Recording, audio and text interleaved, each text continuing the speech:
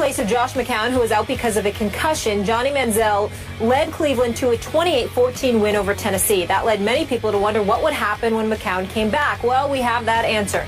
Josh McCown will start ahead of Johnny Manziel this Sunday when the Raiders come to town. That after McCown passing the NFL's protocol on concussions. Jerome Bettis is still here. Jerome, what does this mean for Johnny?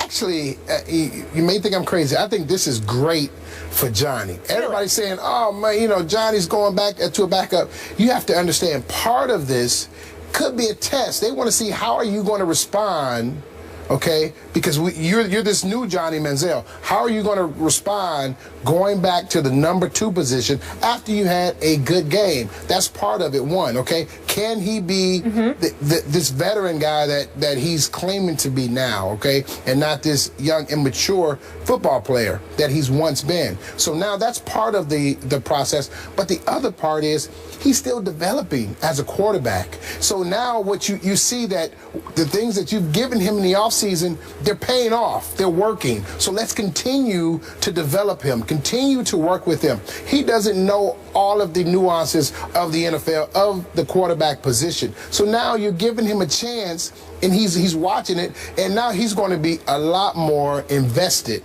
in what's going on because he had an opportunity to play, and now he's going to make sure he's ready because he understands that he's a play away, and it gives the public an opportunity to now, like Johnny Manziel again. Because right now in Cleveland, no one really likes Johnny Manziel. So now you get this good game out of him. Now the public goes into his favor. And the biggest part of all of this is Johnny Manziel's confidence. Now you get his confidence at a sky high. You take him off the field. You put him back in a learning situation. And now he's going to soak up and want to learn more because he thinks inside, you know what?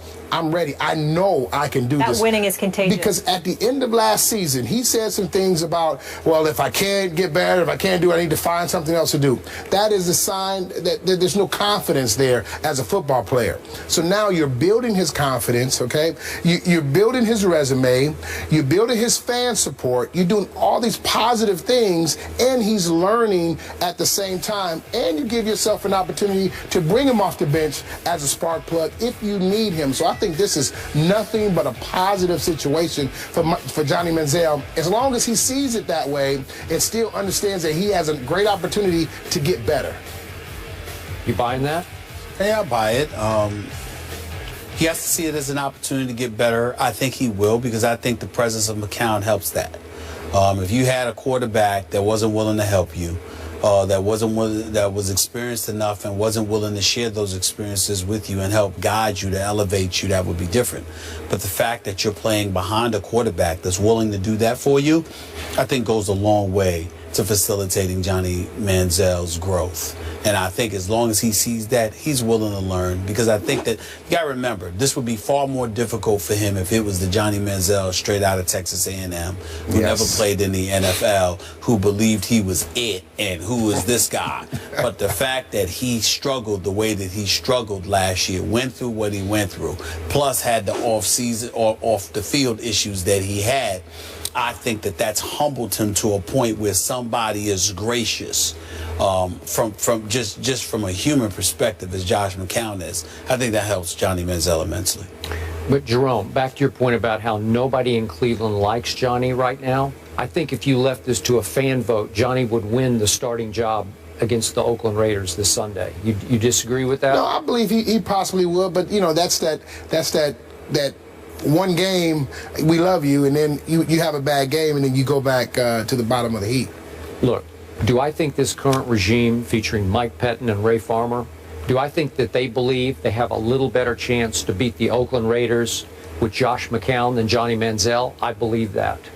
I believe they would like Josh to play every game from here on out through the rest of this year, because they think Josh could save their jobs better than Johnny could save their jobs at this point in Johnny's growth. I said this to start the show, and I'm going to stick by it. On draft night, Patton and Farmer were not remotely on board with even drafting Johnny Manziel. So when the owner overrules you and the quarterback coach is on your side, he's no longer there. He's been replaced.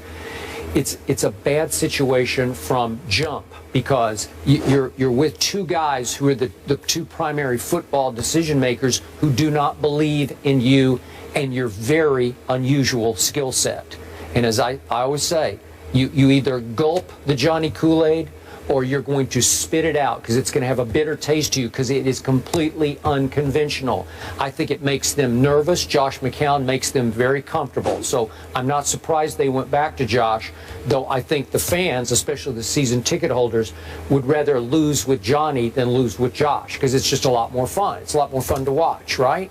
So they're doing what they need to do to save their jobs, which I don't think will get saved at all. I think this will be their last year, one and done this year. So do you think, let me ask you this question, do you think it's beneficial for Johnny Manziel to go back to the backup role? Like I said, earlier, I think it's a benefit, big benefit to him as the backup now. The only reason I can see some positive there is this is the worst supporting cast offensively in the National Football League. No joke. Yeah. Isaiah Crowell, really? I mean, seriously? He did average more than 4 yards a carry, though. He's okay, but he's not Jerome Bettis, right? Yeah. He's not Emmitt Smith. There's no difference maker. I like Travis Benjamin a lot. He can fly, but he is not a difference-making receiver, and he's the best of the bunch. The rest of them are all undrafted, unnameable type receivers. And your offensive line has a great left tackle, and the rest of them are turnstiles all down the line. So you're going to be running for your life, and God bless Josh McCown, because you saw what he did. He vaults into the end zone, helicopters into the end zone, and got concussed. He's just trying to score, just trying to survive. They're all trying to survive. I hope Johnny winds up somewhere else. That's just me, because I think this is an unwinnable situation in Cleveland. All I know is if Josh struggles on Sunday against the Raiders, we'll be hearing the Johnny chants. Oh, yeah. The backup quarterback quickly becomes the favorite. And you know what? The Raiders are no joke to me. They're going to cause problems for everybody I they wanted play. to mention that. I'm surprised. I'm pleasantly surprised at what I'm seeing from the Raiders. They don't seem as pathetic. Yeah, after the first game, everybody kind of ripped him. Derek Carr was taken in the draft later than Johnny Manziel. He was. Let's see what he does. Let's see what Amari Cooper does. Yep. And some of those guys on defense, some really great pieces. Yeah. More First Take after the break. Keep it here. Battle throughout training camp, and now 3 games into the season, Ohio State still hasn't definitively settled on a full-time starting quarterback. Apparently, Urban Meyer doesn't think Cardale Jones or JT Barrett have done enough to earn that distinction. Stephen A., what should Urban Meyer do here? Keep Cardale Jones in the lineup. That's all. It's just that simple to me. Yeah, he wasn't that impressive. He went 4-9 through 2 interceptions. We understand that, but the entire team looked ill-prepared to play football Saturday against Northern Illinois. Let's just call it what it is. I think this particular struggle was on Urban Meyer. Urban Meyer, we know to be an exceptional coach, a great coach, champion multiple times over. We know what this man's resume entails, but I thought Saturday afternoon's performance, this team didn't seem as prepared as I'm accustomed to seeing his teams be. JT Barrett can play. We all know that JT Barrett had a sensational season prior to going down before Cardale Jones ended up coming in and shellacking Wisconsin in the Big Ten championship game, and then the national semifinal. They obviously won before beating Oregon for the national championship. They beat Alabama in the national semifinal. Cardale Jones was the quarterback for all 3 of those games. And coming into this season, we know they intend for this to be his last. And then JT Barrett could come in there and take over the helm then. It's a good problem to have. If he's playing like garbage, you pull him out and you put JT Barrett in like you're doing now. But I don't think you change the formula. Cardale Jones needs to stay the starting quarterback for the Ohio State Buckeyes. I don't like your formula. Why is that? If he plays like garbage, you yank him. That's all. Okay, so that's anybody. I feel that way about anybody, pro or college. I'm putting Saturday on Urban Meyer for a very different reason than you are. Please. You want to talk about a quick hook? He yanked Cardale Jones, and we both agree that Cardale should be the starter. He yanked him in the second quarter after he'd thrown 9 passes, which included obviously 2 interceptions against Northern Illinois at home. You cannot do that to a quarterback. It's the hardest position, as I think you would agree with me, to play in all of sports, confidence is the utmost of the requirements, and you can't look over your shoulder thinking that your head coach is going to yank you in favor of somebody who has had a whole lot of success playing that position last year for your football team for an extended period of time in J.T. Barrett. So you have to, with conviction, go with one or the other. And if he plays light garbage into the second quarter, you have to let him play his way out of the garbage. Because I'm here to say that game ended up 20-13.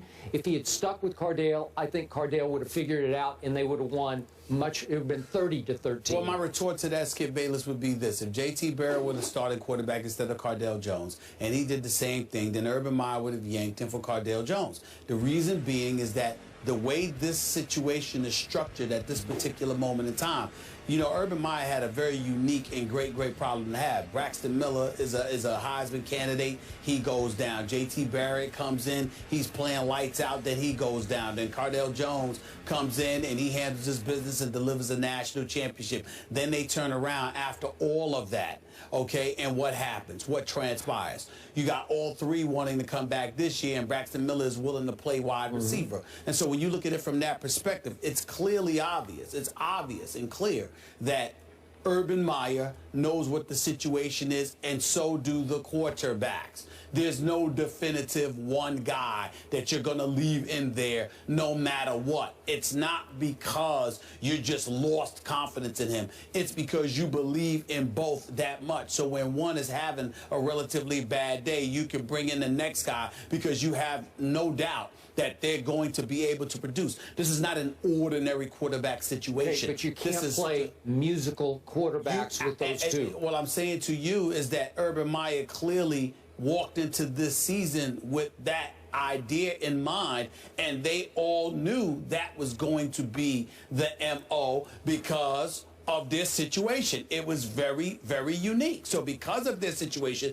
both of them knew at any given moment you could be yanked in favor of the other. Cardale Jones is just there trying to learn how to be a better quarterback, to elevate himself to the next level. And J.T. Barrett is trying to make sure that he continues to build off the last season. Under normal circumstances, you're absolutely right. I'm just sitting there and saying that this is an extreme aberration. This is not normal. And both quarterbacks understood that, and Urban Meyer understood that. Okay, if he had given the ball to Ezekiel Elliott more, this wouldn't have even been an issue. Okay, but after the game, I think Urban Meyer even came to the conclusion he had messed this one up. He said after the game, maybe I should pick one. And I define picking one, the way he's saying it, and he's going to do it today, as picking and sticking. Where once he names, if it's Cardale, I hope it is for his sake, he will stick with it. He won't have a short leash the way he did.